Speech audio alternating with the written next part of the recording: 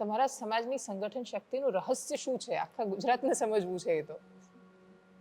એ કોઈ દિવસ કોંગ્રેસને ક્યારેય કદાચ કોઈ કામ નહીં થાય તો એ કોંગ્રેસને વોટ નહીં આપે, અચ્છા. ક્યારેય નહીં આપે.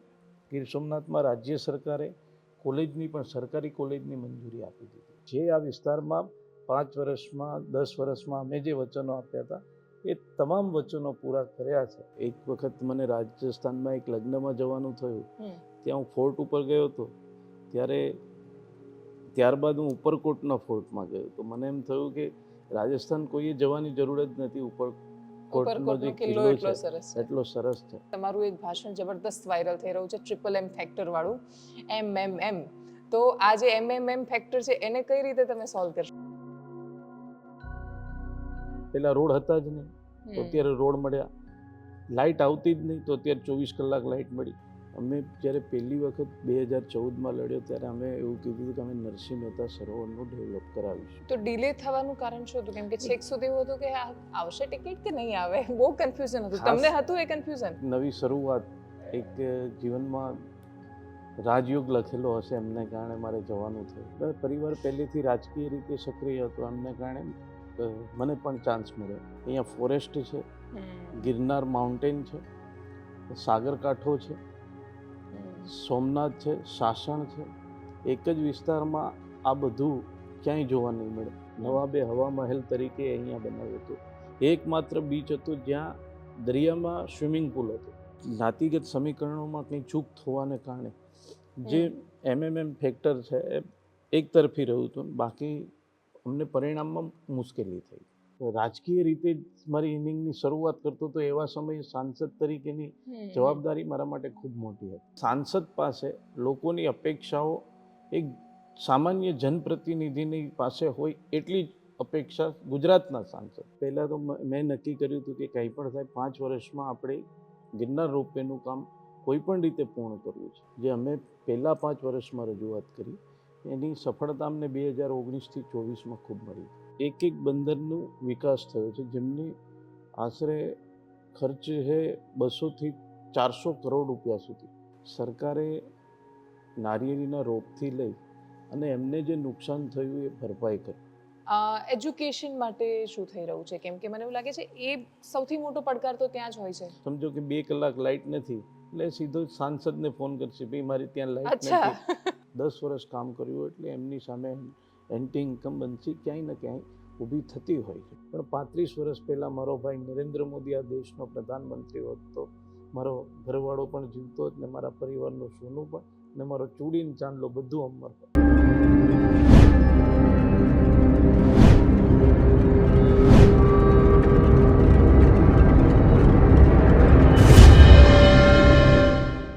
નમસ્કાર. 31 વર્ષની વયે કોઈ વ્યક્તિ સાંસદ બનીને દેશની સંસદમાં પહોંચે, એના પછી બીજી વાર ચાન્સ મળે અને પછી ત્રીજી વાર પણ જ્યારે તક મળતી હોય ત્યારે એમની પાસે કહેવા માટે શું છે મને ખબર નથી, પણ મારી પાસે પૂછવા માટે ઘણું બધું છે કે 10 વર્ષ જ્યારે કોઈ એવા ક્ષેત્રનું પ્રતિનિધિત્વ કરવા મળ્યું જે ક્ષેત્ર પોતાની દ્રષ્ટિએ ખાસું અનોખું છે.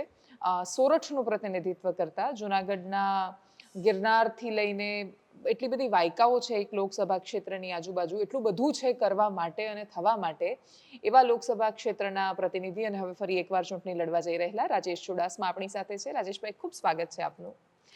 અને સૌથી પહેલા તો તમારી પાસે આમ તો હિસાબ કિતાબથી જ શરૂઆત કરવી જોઈએ એવું લાગે છે, કેમ કે 31 વર્ષની વયે જ્યારે તમે દેશની સંસદમાં પહોંચ્યા તો પહેલા એ જાણવું છે કે પહેલા ગયા ફર્સ્ટ રિએક્શન શું હતું? દિલ્હી જોયેલું હતું? કેટલી તૈયારીઓ હતી મનમાં? અને પછી આખું એને 10 વર્ષ કેવી રીતે નીકળ્યા તમારા ત્યાં? ખાસ કરીને જ્યારે પહેલી વખત હું ધારાસભ્ય બન્યો ત્યારે પ્રથમ વખત હું સચિવાલયમાં ગયો. રાજકીય રીતે કોઈ અનુભવ ન હતો, પણ એક નવી શરૂઆત, એક જીવનમાં રાજયોગ લખેલો હશે એમને કારણે મારે જવાનું થયું. પણ મારા મોટા બાપા ખૂબ પહેલેથી જ્યારે ભાજપની ડિપોઝિટ બચાવવા લડવું પડતું ત્યારે એ સમયે ધારાસભ્ય તરીકે સોમનાથમાં 3 વખત લડેલા. પરિવાર પહેલેથી રાજકીય રીતે સક્રિય હતો, એમને કારણે મને પણ ચાન્સ મળ્યો. અને જ્યારે 14માં લોકસભા આવી ત્યારે પહેલી વખત દિલ્હી ગયો અને એ સમયે ખૂબ અનુભવ ઓછો હતો, 1.5 વર્ષ થયા હતા રાજકારણમાં. પણ દિલ્હી ખૂબ વિશાળ કહેવાય રાજનીતિની દ્રષ્ટિએ. હા. તો ત્યાંનો પહેલી વખત અનુભવ થયો ને જેમ જેમ આગળ સમય જતો ગયો શીખતો ગયો. પણ એ સમયમાં અનુભવ અને ખાસ કરીને જુનાગઢ અને ગીર સોમનાથ વિસ્તાર એ ક્ષેત્ર એવો છે કે જ્યાં ટુરિઝમની દ્રષ્ટિએ જુઓ, અહીંયા ફોરેસ્ટ છે, ગિરનાર માઉન્ટેન છે, સાગરકાંઠો છે, સોમનાથ છે, સાસણ છે. એક જ વિસ્તારમાં આ બધું ક્યાંય જોવા નહીં મળે. એટલે એવો વિસ્તારમાં ઘણું કામ થઈ શકે. અને પડકાર પણ મારા માટે એટલા માટે કે હું રાજકીય રીતે જ મારી ઇનિંગની શરૂઆત કરતો તો એવા સમયે સાંસદ તરીકેની જવાબદારી મારા માટે ખૂબ મોટી હતી. તો પહેલું કયું કામ મગજમાં લઈને ગયા ત્યારે? એ ખાસ કરીને જ્યારે 2014માં સાંસદ તરીકે જવાબદારી મળી ત્યારે સૌથી મોટો ગિરનાર રોપવે. ગિરનાર રોપવેને કારણે પહેલાં તો મેં નક્કી કર્યું હતું કે કંઈ પણ થાય 5 વર્ષમાં આપણે ગિરનાર રોપવેનું કામ કોઈ પણ રીતે પૂર્ણ કરવું છે. એટલે મેં શપથ લેતા પહેલાં જે ઉષા બ્રેકરો કંપની છે એમના જે ઓનર્સ છે એમની જોડે મિટિંગ કરી કે ભાઈ તમારી શું પ્રક્રિયા હોય છે અને શું પ્રક્રિયા થઈ છે અત્યાર સુધી. ત્યારબાદ મારા મહેશગીરીજી અત્યારે મહંત છે, એ સમયે એમણે પણ અહીંયા મહંત તરીકે કામ વર્ષો પહેલાં હતા ત્યારે એમની પાસે માર્ગદર્શન લીધું. ટેકનિકલી એડવોકેટ્સને મળીને એમની પાસે માર્ગદર્શન લીધું. અને ત્યારબાદ મેં પહેલી વખત હું PM સાહેબને મળ્યો, નરેન્દ્રભાઈને મળ્યો. એમને મેં રજૂઆત કરી કે સર આ સરકારનું કામ નથી, આ પહેલાં તો જ્યુડિશિયરી મેટર છે એમાંથી બહાર કાઢ્યું. ત્યારબાદ એ ધીમે ધીમે શરૂઆત થઈ અને 2019 પહેલાં એ કામને મંજૂરી મળી ગઈ અને એમની કામની શરૂઆત. પછી આ વિસ્તારમાં દરિયાઈ કાંઠો છે જે કોકોનટ બોર્ડ કહેવાય. કારણ કે પહેલાં 5 વર્ષમાં અમે રજૂઆતો કરી.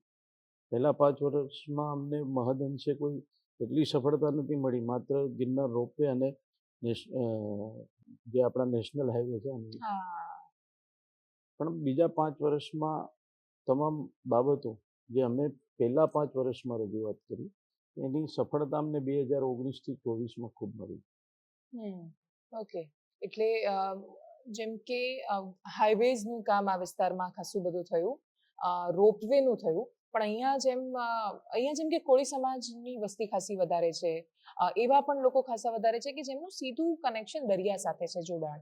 તો દરિયાને લગતા કોઈ કામો તમે અથવા માછીમારીને લગતા કોઈ કરી શક્યા છો? ખાસ કરીને જ્યારે દરિયાઈ કાંઠા વિસ્તારની વાત આવતી હોય તો જુનાગઢ લોકસભા કદાચ ભારત દેશમાં એકમાત્ર એવો દેશ હશે કે જ્યાં 6 થી 7 બંદરોનો વિકાસ કેન્દ્ર સરકારની 60-40ની યોજના, રાજ્ય સરકાર બંનેની 60-40ની યોજનામાં કોડીનારમાં માઢવાડ બંદર છે,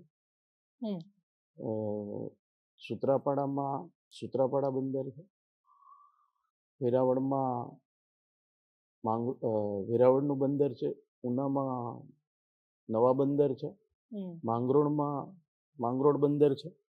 આ 5 વિધાનસભામાં એક બંદરનો વિકાસ થયો છે જેમની આશરે ખર્ચ છે 200 થી 400 કરોડ રૂપિયા સુધી. અને એક નવો કોન્સેપ્ટ લઈને આપણે આવ્યા છે કે જે નાના માછીમારો જે હોડી ચલાવતા હોય એ માછીમારોને ફ્લોટિંગ જેટીના માધ્યમથી પોતાની માછીમારી કરી શકે. સૌરાષ્ટ્રમાં પહેલો કોન્સેપ્ટ અહીંયા મારા વતનમાં ફ્લોટિંગ જેટીને કારણે નાના માછીમારોને કે બંદર ખૂબ મોટું ના બનાવી શકતા હોય એવા બંદરોમાં ફ્લોટિંગ જેટીના કોન્સેપ્ટથી નાના હોડીવાળા પોતાનો ધંધો કરી શકે, રોજગાર મેળવી શકે. એટલા માટે એ કોન્સેપ્ટ ચોરવાડ બંદરમાં અમે લાવ્યા. અને અમે લોકો બેઠા પણ ચોરવાડમાં છીએ અને ચોરવાડ કહીએ તો આપણને ઉદ્યોગ સાહસિક ધીરુભાઈ અંબાણીથી માંડીને એટલું બધું યાદ આવી જાય. તો આ ક્ષેત્રમાં એ ઉદ્યોગ સાહસિકતા પણ ભરેલી છે, અહીંયા ખેડૂતો પણ ખાસા બધા છે, એટલે ખાસું કોમ્બિનેશન છે ક્ષેત્રનું. એ હિસાબથી ખેડૂતના દ્રષ્ટિકોણથી વાત કરી, તમે હમણાં થોડા સમય પહેલા નારિયેળની ખેતી કરતા ખેડૂતોની સાથે વાત કરતા હતા. બાગાયતી ખેતી સૌથી વધારે છે. એ લોકોને જ્યારે નુકસાન જાય છે, કોઈ પણ સાયક્લોન આવે તો તાવતેથી લઈને બિફોર જોય સુધી, તો એ લોકોને શું મદદ થઈ શકે છે? એ કેમ કે ખાસ એમની ફરિયાદો ખાસી હોય ખાસ છે. કરીને જ્યારે તૌકતે વાવાઝોડું આ વિસ્તારમાં આવે, સરકારે નારિયેળના રોગથી લઈ અને એમને જે નુકસાન થયું એ ભરપાઈ કરી. બીજું કે આ વિસ્તાર આખો દરિયાઈ કાંઠો, એક મગફળી હમ. અને નારિયેળીનું ઉત્પાદન. સરકારમાં અમે રજૂઆત કરી હતી કે ભઈ એક કોકોનટ બોર્ડ સૌરાષ્ટ્રમાં સ્થપાય ને ખાસ કરીને દરિયાઈ કાંઠા વિસ્તારમાં સ્થપાય. હમ. એવું એટલા માટે કે કોકોનટ બોર્ડના માધ્યમથી હજારો કરોડ રૂપિયા કેરલા, તમિલનાડુ એવા વિસ્તારોમાં જતા હતા. પીએમ સાહેબને પર્સનલી નરેન્દ્રભાઈએ પર્સનલી ધ્યાન આપી અને આ સૌરાષ્ટ્રમાં ખુલે એવો અમારો પ્રયત્ન હતો અને નરેન્દ્રભાઈએ પર્સનલી એમાં ધ્યાન આપી અને અહીંયા કોકોનટ બોર્ડની ઓફિસ કરી. આ માધ્યમથી આવનારા સમયમાં કોકોનટ નારિયેળ એવી વસ્તુ છે કે જેમનો કોઈ પણ વેસ્ટ નથી, બધું બધું જ ઉપયોગી છે. વપરાય, વાત સાચી. એમાં ઘણી પ્રોડક્ટો બને છે હમ. એટલે વેલ્યુ એડેડ વસ્તુઓ બનાવી અને આવનારા સમયમાં ખેડૂતના માધ્યમથી એમને યોગ્ય વળતર મળે, એમને ભાવ મળે અને નવી નવી પ્રોડક્ટો અહીંયા બને તો એમના કારણે રોજગારી વધે એવો અમારો પ્રયત્ન આવનારા સમયમાં. ઓકે. જુનાગઢની આજુબાજુના ક્ષેત્રની વાત કરીએ, અહીંયા અપાર સંભાવનાઓ ટુરિઝમની છે. સાસણ ગીરમાં લોકો અને બહુ જ બધા આખા દેશ દુનિયામાંથી લોકો ત્યાં આવીને જતા હોય છે. પણ એની સિવાય ગિરનારની આજુબાજુ જુનાગઢ શહેરની પોતે વાત કરીએ તો મને એવું લાગે છે કે કદાચ રાજ્યનું સૌથી સુંદર શહેર છે શહેરના દ્રષ્ટિકોણથી, કેમ કે બધું જ છે ત્યાં, પ્રકૃતિ છે, ઇતિહાસ છે, વારસો છે. તો એનું ટુરિઝમ વધે એના માટે શું થઈ શકે? એ ખાસ કરીને જ્યારે જુનાગઢની વાત આવતી હોય ત્યારે અમે જ્યારે પહેલી વખત 2014માં લડ્યો ત્યારે અમે એવું કીધું કે અમે નરસિંહ મહેતા સરોવરનું ડેવલપ કરાવીશું. હા. હાલ એ કામ ચાલુ છે અને નરસિંહ મહેતા સરોવર બનવાનું. જુનાગઢ ગિરનાર ઉપરકોટ કે એમનું પણ ડેવલપ થાય. એક વખત મને રાજસ્થાનમાં એક લગ્નમાં જવાનું થયું, ત્યાં હું ફોર્ટ ઉપર ગયો હતો ત્યારે ત્યારબાદ હું ઉપરકોટના ફોર્ટમાં ગયો તો મને એમ થયું કે રાજસ્થાન કોઈએ જવાની જરૂર જ નથી. ઉપરકોટનો જે કિલ્લો છે એટલો સરસ છે. એટલે અહીંયા ખૂબ મોટી સંભાવનાઓ છે. ખાસ કરીને દરિયાઈ બીચ અહીંયા ખૂબ સુંદર છે. ઘણા એવા જે ગોવા, દીવ અને બધાને ભૂલાવે એવા બીચો છે. ખાસ કરીને ચોરવાડ હોલિડે કેમ્પ એ વર્ષો પહેલા ટુરિઝમનું હબ કહેવાતું. નવાબે હવા મહેલ તરીકે અહીંયા બનાવ્યો હતો. એકમાત્ર બીચ હતું જ્યાં દરિયામાં સ્વિમિંગ પુલ હતો અને એમને કારણે લોકો અહીંયા ખૂબ ટુરિસ્ટો ખૂબ આવતા હતા, વિદેશીઓ પણ ખૂબ આવતા હતા. પણ ધીમે ધીમે એક બે બનાવો બની ગયા એમને કારણે ટુરિસ્ટ ઓછા થયા. પણ હાલ સરકાર વિચારી રહી છે કે એમને પીપીપી મોડેલ પર બીચ ડેવલપમેન્ટ પણ થાય તો ટુરિસ્ટોને જેમ સાસણ આવે ત્યારે સિંહ જોઈ અને લોકો અહીંયા વધારે દિવસો કેમ ગાળે એવા સરકારના પ્રયત્નો. વાત સાચી છે, કેમ કે ગુજરાતમાંથી તો એટલા બધા લોકો ગોવા જાય છે, એ લોકોને જો અહીંયા ઓપ્શન મળી જાય તો આનાથી સારું શું હોઈ શકે? એજ્યુકેશન માટે શું થઈ રહ્યું છે? કેમ કે મને એવું લાગે છે એ સૌથી મોટો પડકાર તો ત્યાં જ હોય છે. જુનાગઢ, ખાસ કરીને જુનાગઢ શહેરની વાત કરીએ તો સૌરાષ્ટ્રમાં જુનાગઢ એ શિક્ષણનું હબ છે અને ત્યાં દરેક સમાજને લોકો પણ એમની પોતાની હોસ્ટેલો છે અને મોટાભાગે બધા જુનાગઢ શિક્ષણ અને આરોગ્યની દ્રષ્ટિએ અત્યારે મારું હબ બની રહ્યું છે. ખાસ કરીને કેન્દ્રીય વિદ્યાલય અને નવોદય વિદ્યાલય આ બે કેન્દ્ર સરકારના મુખ્ય પ્રશ્નો. ઘણા વર્ષોથી કેન્દ્રીય વિદ્યાલય ભાડા પર ચાલતી હતી. સરકારે 28 થી 30 કરોડ રૂપિયાના ખર્ચે નવી કેન્દ્રીય વિદ્યાલય બનાવવાનું નક્કી કરી નાખ્યું છે. નવોદય વિદ્યાલય નક્કી કરી નાખ્યું. એ બંને ડિસ્ટ્રિક્ટમાં કેન્દ્રીય વિદ્યાલયની મંજૂરી મળી ગઈ છે. આવનારા 5 વર્ષમાં અમે એમને વહેલી તકે થાય એવું પ્રયત્ન. પ્રાથમિક શિક્ષણની સાથે સૌથી મહત્વનું પાસું હાયર એજ્યુકેશન હોય છે અને જ્યારે કશો ઉચ્ચ અભ્યાસ કરવો પડે અને બધાએ અહીંયાથી બહાર જવું પડે, સ્થળાંતર કરવું પડે, તો એનું કોઈ સોલ્યુશન છે? ખાસ કરીને જ્યારે દેશમાં નરેન્દ્રભાઈ 14થી લઈને 10 સુધી દરેક ડિસ્ટ્રિક્ટમાં એક મેડિકલ કોલેજ ખોલવી એવો વિચાર લોકોની વચ્ચે મૂક્યો. ખાસ કરીને જ્યારે ગીર સોમનાથ અને જુનાગઢની વાત આવે તો જુનાગઢમાં અત્યારે મેડિકલ કોલેજ કાર્યરત છે અને ગીર સોમનાથ માટે મંજૂરી આપી દીધી. ગીર સોમનાથમાં રાજ્ય સરકારે કોલેજની પણ સરકારી કોલેજની મંજૂરી આપી કે આ શિક્ષણમાં આ વિસ્તારમાં વધારેમાં વધારે કેમ કામ થઈ શકે એવા પણ અમારા પ્રયત્નો છે. ખાસ કરીને જ્યારે આ વિસ્તારમાં ટુરિઝમની દ્રષ્ટિએ પાસપોર્ટ કેન્દ્ર છે અમારા, એ બી અહીંયા જુનાગઢ અને ગીર સોમનાથમાં બંને જગ્યાએ કાર્યરત છે. આવી રીતે જે આ વિસ્તારમાં 5 વર્ષમાં 10 વર્ષમાં અમે જે વચનો આપ્યા હતા એ તમામ વચનો પૂરા કર્યા છે. એક અમારું જુનાગઢ ફાટક મુક્ત બાકી છે. એનું પણ કામ થયેલું જ છે, પણ ક્યાંક ને ક્યાંક સરકારી પ્રક્રિયામાં એ નથી થઈ શક્યું. પણ આવનારા 5 વર્ષમાં અમે બધા કામો પૂરા. તો મને એવું લાગે છે કે હું 29માં તમને આવીને પહેલો પ્રશ્ન પૂછીશ કે જુનાગઢ ફાટક મુક્ત થયું કે નહીં. આપણે જે મુદ્દાઓની વાત કરી આ મુદ્દાઓના આધારે પણ ચૂંટણી જીતી શકાય છે, કેમ કે ચૂંટણીમાં સામાન્ય માણસની અપેક્ષાઓ આખી બહુ જ અલગ હોય છે પોતાના જનપ્રતિનિધિ પાસેથી. સૌરાષ્ટ્રમાં કાસ્ટ ફેક્ટર પણ બહુ ચાલતું હોય છે અને તમારું એક ભાષણ જબરદસ્ત વાયરલ થઈ રહ્યું છે ટ્રિપલ એમ ફેક્ટર વાળું, MMM. તો આ જે MMM ફેક્ટર છે એને કઈ રીતે તમે સોલ્વ કરશો? ખાસ કરીને એ જ્યારે કોઈ પણ પ્રવચન હોય એ કોઈ પણ પરિસ્થિતિને જોઈને હોય છે. મારું પ્રવચન છે 4 વર્ષ પહેલા, ત્યારે 2017માં સૌરાષ્ટ્રમાં અમે ખુદ જુનાગઢ લોકસભામાં 7 વિધાનસભા હતી. ત્યારે ક્યાંય ને ક્યાંક જ્ઞાતિગત સમીકરણોમાં કંઈ ચૂક થવાને કારણે જે MMM ફેક્ટર છે એ એક તરફી રહ્યું હતું, બાકી અમને પરિણામમાં મુશ્કેલી થઈ. એને કારણે એક સામાજિક અમારો સમારંભ હતો, એમાં મેં એવું કીધું હતું કે MM ફેક્ટરને કારણે આટલું થયું છે.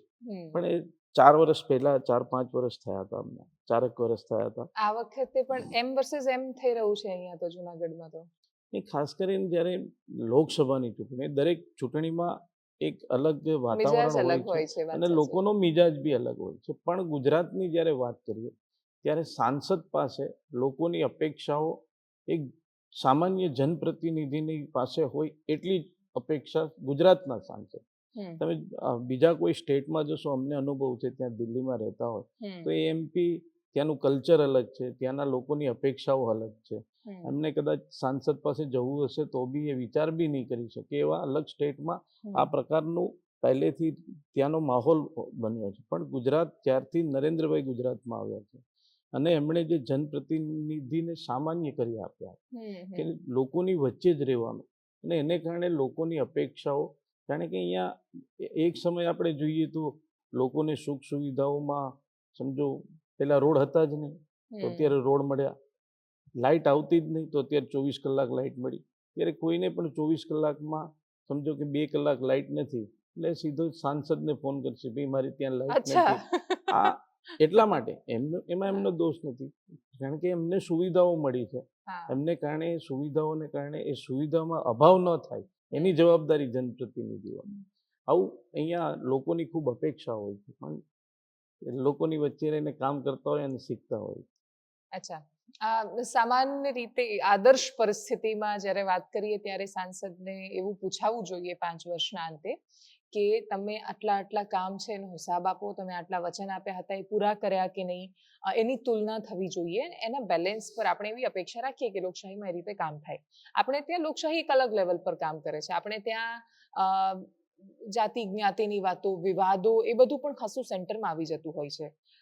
તમારી લોકસભાની ટિકિટ ડિક્લેર થાય એની પહેલા એટલા બધા વિવાદો ચર્ચામાં આવ્યા આજુબાજુ તમારી, તો એના કારણે આખો માહોલ બદલાયો એવું લાગ્યું તમને શરૂઆતમાં? ના, એમાં એવું હતું કે જ્યારે 10 વર્ષ કોઈ પણ જનપ્રતિનિધિ કામ કરતો હોય તો ક્યાંક ને ક્યાંક કોઈનો અસંતોષ પણ હોય. કોઈના કામ થયા હોય, કોઈના ના થયા હોય, કોઈને ફોન રિસીવ ના થઈ શક્યા હોય, આવા અનેક બાબતો હશે જેના કારણે એક માહોલ બનતો હોય છે કે જનપ્રતિનિધિની સામે કોઈ પણ જનપ્રતિનિધિ 10 વર્ષ કામ કર્યું એટલે એમની સામે એન્ટી ઇન્કમ્બન્સી ક્યાંય ને ક્યાંય ઊભી થતી હોય છે. પણ આખરે એમ સરકારે કરેલા કામો હોય, જે જનપ્રતિનિધિએ આપેલા વચનો હોય, એમના આધારે સરકાર જે પરિબળોથી વિચારી અને ટિકિટ ડિક્લેર કરતી હોય એના આધારે મને ત્રીજી વખત ચાન્સ મળ્યો. તો ડિલે થવાનું કારણ શું હતું? કેમ કે છેક સુધી એવું હતું કે આ આવશે ટિકિટ કે નહીં આવે? બહુ કન્ફ્યુઝન હતું. ખાસ તમને હતું એ કન્ફ્યુઝન? ના, ખાસ કરીને જ્યારે જુનાગઢ લોકસભા સીટની વાત થાય તો 2014માં હમ. સૌથી લાસ્ટ ટિકિટ જુનાગઢ ડિક્લેર થઈ. અચ્છા. 2019માં લાસ્ટમાં ડિક્લેર થઈ અને 24માં 24માં બી પણ છેલ્લે લાસ્ટમાં ડિક્લેર થઈ. આ બેઠક જ અલગ છે એવું અલગ લાગે છે. પ્રકાર. કારણ કે દરિયાઈ કાંઠા વિસ્તારમાં ખૂબ અપેક્ષાઓ હોય લોકોની, હમ. ને કારણે લોકોની અપેક્ષાઓને કારણે અહીંયાનું સમીકરણ ચેન્જ ઘણી વખત થતું હોય, પણ જ્યારે ટિકિટની વાત આવતી હોય ત્યારે મહિલાઓને પ્રાધાન્ય આપવું એ બી એક વાત હતી. પણ અહીંયા કઈ જગ્યાએ સેટ થાય એ કદાચ પાર્ટીના ઉપરના લોકો વિચારતા હોય એના આધારે થોડું મોડું થયું. ઓકે. રાષ્ટ્રીય મુદ્દાઓ પર ઘણીવાર ચૂંટણી લડાતી હોય છે. બાકી જેમ કે શહેરી લોકસભા ક્ષેત્ર છે તો ત્યાં મોટાભાગે કોઈ સાંસદને પર્સનલી જઈને પૂછતું જ નથી અને કાં તો ઓળખતાય નથી હોતા અને જાણતાય નથી હોતા. ત્યાં દેશમાં પાર્ટી કઈ છે, એ કયા મુદ્દાઓ પર જાય છે, એના બધા પર થતું. અહીંયા નેશનલ મુદ્દાઓની અસર થાય છે જૂનાગઢમાં? ચોક્કસપણે થાય, કારણ કે જ્યારે 370ની કલમ કોઈને કાશ્મીર સાથે દેવા નથી, છતાં પણ સામાન્ય માણસ ઉપર એ અસર એટલા માટે થાય કે રાષ્ટ્ર માટે કાશ્મીર એ ભારતનો અવિભાજ્ય અંગ છે, એ ભારતમાં જ હોવું જોઈએ. એને કારણે લોકોમાં એક પહેલેથી એક વિચાર, અને એ જ વિચારના કારણે લોકોમાં વિશ્વાસ પેદા કરી છે કે અમે આવીશું તો અમે કાશ્મીરની 370ની કલમ હટાવી, અમે આવીશું તો અયોધ્યામાં રામ મંદિર બનાવ્યું, અમે આવીશું તો યુનિફોર્મ સિવિલ કોડ લાવીશું. આવા મુદ્દાઓ લોકોની વચ્ચે જઈ, અમારા જે વડીલો છે એ વચ્ચે જઈને વિશ્વાસ પેદા કરી અને આજ વિકાસ સુધી પહોંચ્યા.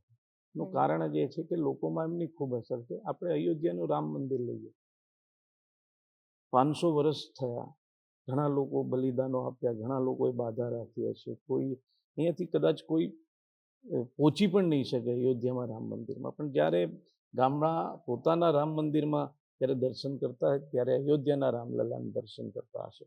એવી પરિસ્થિતિમાં ખૂબ આસ્થા હોવાને કારણે લોકો પર એની ખૂબ મોટી અસર હોય છે. રામનવમીમાં આપણે જોયું હશે કે પ્રથમ વખત જ્યારે અયોધ્યાના રામ મંદિર નિર્માણ થયું, ત્યારબાદ પહેલી વખત રામનવમીના હનુમાન જયંતિમાં લોકોનો એક અલગ જ ઉત્સાહ હતો. એનું એ કારણ જ બતાવે છે કે એમની અસર છે કે અમારો રામલલ્લા, અમારા પ્રભુ શ્રી રામ આવ્યા છે. હા, વાત સાચી. મેં હમણાં જ વચ્ચે જુનાગઢ પાસેના એક ગામડામાં એક એવી બેનને મળ્યા કે જે એકદમ ઝૂંપડામાં રહે છે, એમની પાસે કશું જ નથી, પણ પેલા જે અક્ષત મોકલ્યા હતા ને બધી જગ્યાએ આમંત્રણના, તો એમણે મંદિરમાં સાચવીને રાખ્યા છે. આસ્થા અને ઘણા લોકો આસ્થા છે, ઘણા લોકોએ તિજોરીમાં રાખ્યા છે. એના કરતાં બી વિશેષ કહું, અહીંયાથી જે ટ્રેનમાં લોકો ગયા, એમને સુખ સુવિધાઓ આપી ત્યાં, એ કોઈ દિવસ કોંગ્રેસને ક્યારેય કદાચ કોઈ કામ નહીં થાય તો એ કોંગ્રેસને વોટ નહીં આપે, ક્યારેય નહીં આપે.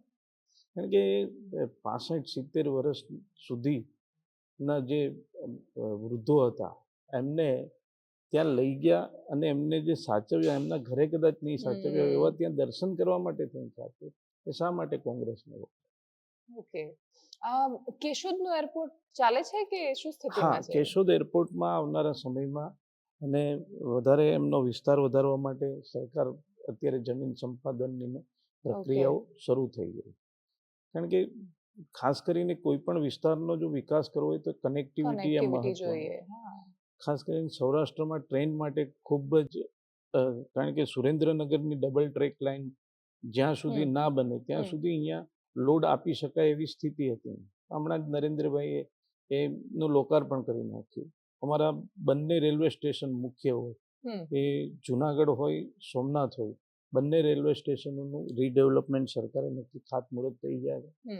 અને આવનારા સમયમાં ખાસ કરીને અમારી જુનાગઢથી વિસાવદર જે રેલ લાઇન છે અને બ્રોડગેજમાં કન્વર્ઝેશન કરવા માટે પણ સરકારે ટેન્ડર કરી નાખ્યું છે, પણ વન વિભાગની એક એનઓસીના કારણે એ ટેન્ડર પોસ્ટપોન થયું છે. આવનારા સમયમાં એ પણ થઈ ગયું છે. બીજું કે અહીંયાની રોડ કનેક્ટિવિટી, સાસણ જવા માટે રોડ કનેક્ટિવિટી, તમામ આંતરિક રસ્તાઓ હોય કે મેઇન રસ્તાઓ હોય, એ તમામ રસ્તા સરસ બનાવી નાખ્યા. એટલે લોકોને અવર જવર કરવા માટે કનેક્ટિવિટી એ પણ મળી.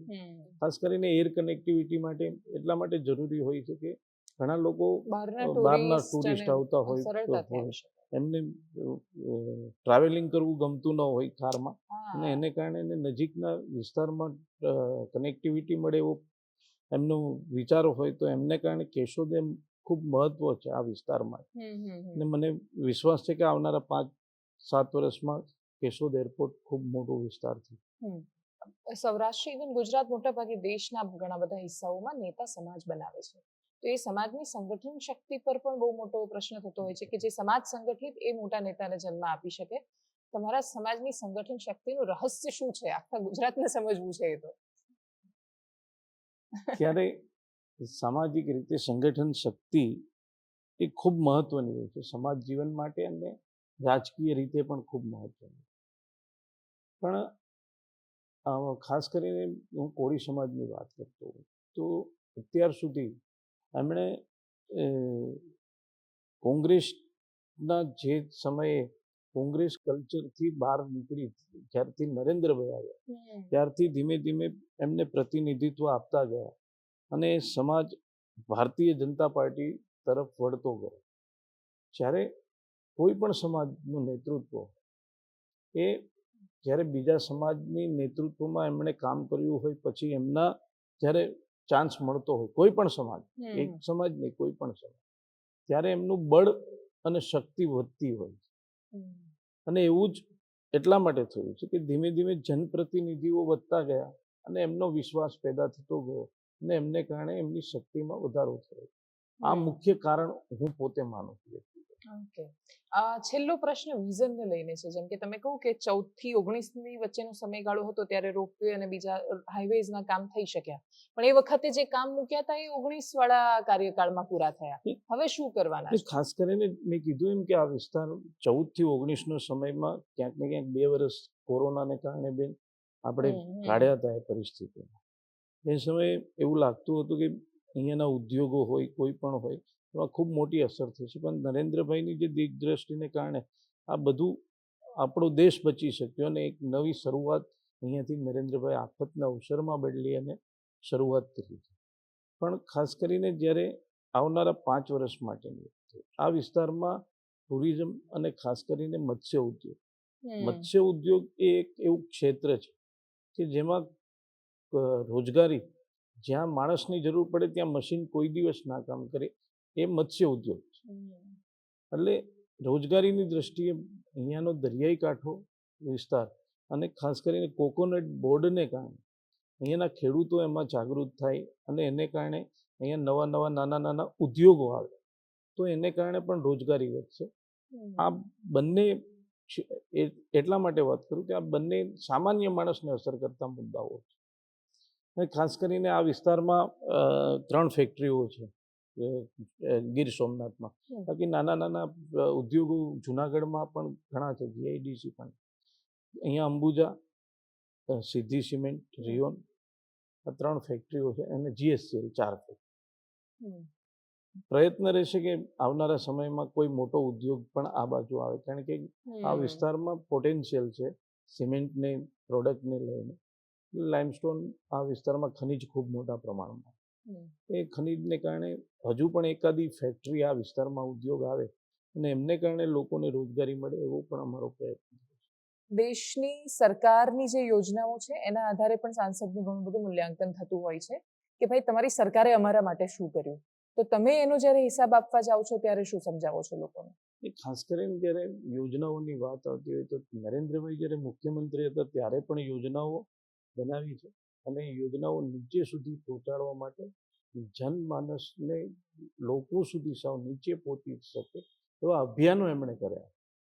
ખાસ કરીને જ્યારે એક યોજના એટલે આયુષ્માન ભારત યોજના, જ્યારે નરેન્દ્રભાઈ અહીંયા મુખ્યમંત્રી હતા, ખાસ કરીને દરિયાઈ કાંઠા વિસ્તાર સૌરાષ્ટ્રમાં અહીંયા ક્ષારને કારણે અહીંયાનું જે વાતાવરણ છે, અહીંયાનું જે ખાનપાન છે, એને કારણે ગંભીર બીમારીઓ ખૂબ થતી, kidney, liver, heart attack, cancer, આવા અનેક રોગો, અહીંયા પથરીના રોગો ખૂબ થતા દરિયાના ક્ષારને કારણે. નરેન્દ્રભાઈ એ જ લોકોને સાથે અનુભવ કરી એમણે એ સમયે પ્રવાસ કર્યો હશે, અને આ એમણે જોઈ અને એક મા અમૃતમ અને મા વાત્સલ્ય યોજનાથી એમણે હમ. ધીમે ધીમે શરૂઆત કરી હતી, ગુજરાતમાં શરૂઆત મુખ્યમંત્રી કરી તરીકે. હતી. હા. ત્યારે 50,000 થી લઈને લાખ રૂપિયાથી શરૂ થયેલી આ યોજના આજે દેશની અને દુનિયાની સૌથી મોટામાં મોટી આયુષ્માન ભારત યોજના બની. મારા જીવનનો એક અનુભવ છે કે મેં લાભાર્થીઓને મળવા માટે બોલાવ્યા હતા. એ 4 માળી આવ્યા મારી પાસે. મેં માળીને પૂછ્યું એમને શું શું લાભ મળ્યા, એમને કંઈ મુશ્કેલી હોય તો મારા ધ્યાન પર આવે. મેં પહેલાં એક માળીને પૂછ્યું કે તમને શું લાભ મળ્યો, તો એ માળીએ મને એવું કીધું કે મને વિધવા પેન્શન યોજનાનો લાભ મળ્યો. બીજા માળીને પૂછ્યું તો મેં કીધું તમને શું લાભ મળ્યો, તો એમણે કીધું મને આવાસ યોજનાનો લાભ મળ્યો. ત્રીજા માળીને પૂછ્યું કે તમને શું લાભ મળ્યો, તો એમણે એવું કીધું કે મારા ધણીને એટેક આવ્યો અને 5 લાખ રૂપિયાની મર્યાદામાં નરેન્દ્રભાઈ 5 લાખમાં એમની સારવાર કરાવી શકે. પહેલા જે વિધવા માળી હતા એ રોવા માંડ્યા અને મેં પૂછ્યું કે મારી શું થયું, શું મુશ્કેલી છે, તમને પેન્શન ઓછું મળે છે, તમને કંઈ મુશ્કેલી હોય તો મને કહો. તો એ માળીએ કીધું ના બેટા. મેં ફરી પાછું પૂછ્યું કે માળી શું આંખ ભીની કરી, કેમ કરી? તો કે બેટા કાંઈ નહીં, પેલા બેન બોલ્યા ને કે મારો ધણીને એટેક આવ્યો એટલે મને મારો ધણી યાદ આવ્યો. માળી કેમ? તો 35 વર્ષ પહેલાં મારા ધણીને એટેક આવ્યો. અમારી પાસે આર્થિક રીતે સગવડતા ન હોવાને કારણે અમે અમારા સગાવાલા પાસેથી પૈસા ઉછીના લીધા. ત્યારબાદ પણ એમની સારવાર અમે યોગ્ય ના કરાવી શક્યા. પછી અમે અમારું ઘરનું સોનું મૂક્યું, પણ એ સમયની સારવાર ખૂબ મોંઘી હોવાને કારણે એવી સુવિધાઓ ના આપી શકીએ કે જેમને બચાવી શકાય. પણ એને કારણે એનું મૃત્યુ થયું. પણ 35 વર્ષ પહેલાં મારો ભાઈ નરેન્દ્ર મોદી આ દેશનો પ્રધાનમંત્રી હોત તો મારો ઘરવાળો પણ જીવતો જ ને મારા પરિવારનું સોનું પણ ને મારો ચૂડીને ચાંદલો બધું અમર થાય. આવો એક જીવનમાં અનુભવ થયો. અને નરેન્દ્રભાઈ હંમેશા યોજના બનાવે છે, એ યોજનાને લોકો સુધી પહોંચાડે અને એમના જીવનમાં પરિવર્તન કેમ લાવે એ નરેન્દ્રભાઈ કરી શકે, બીજું કોઈ નહીં. Okay, thank you so much Rajeshbhai, અમારી સાથે જોડાવા બદલ, ચર્ચાનો હિસ્સો બનવા બદલ.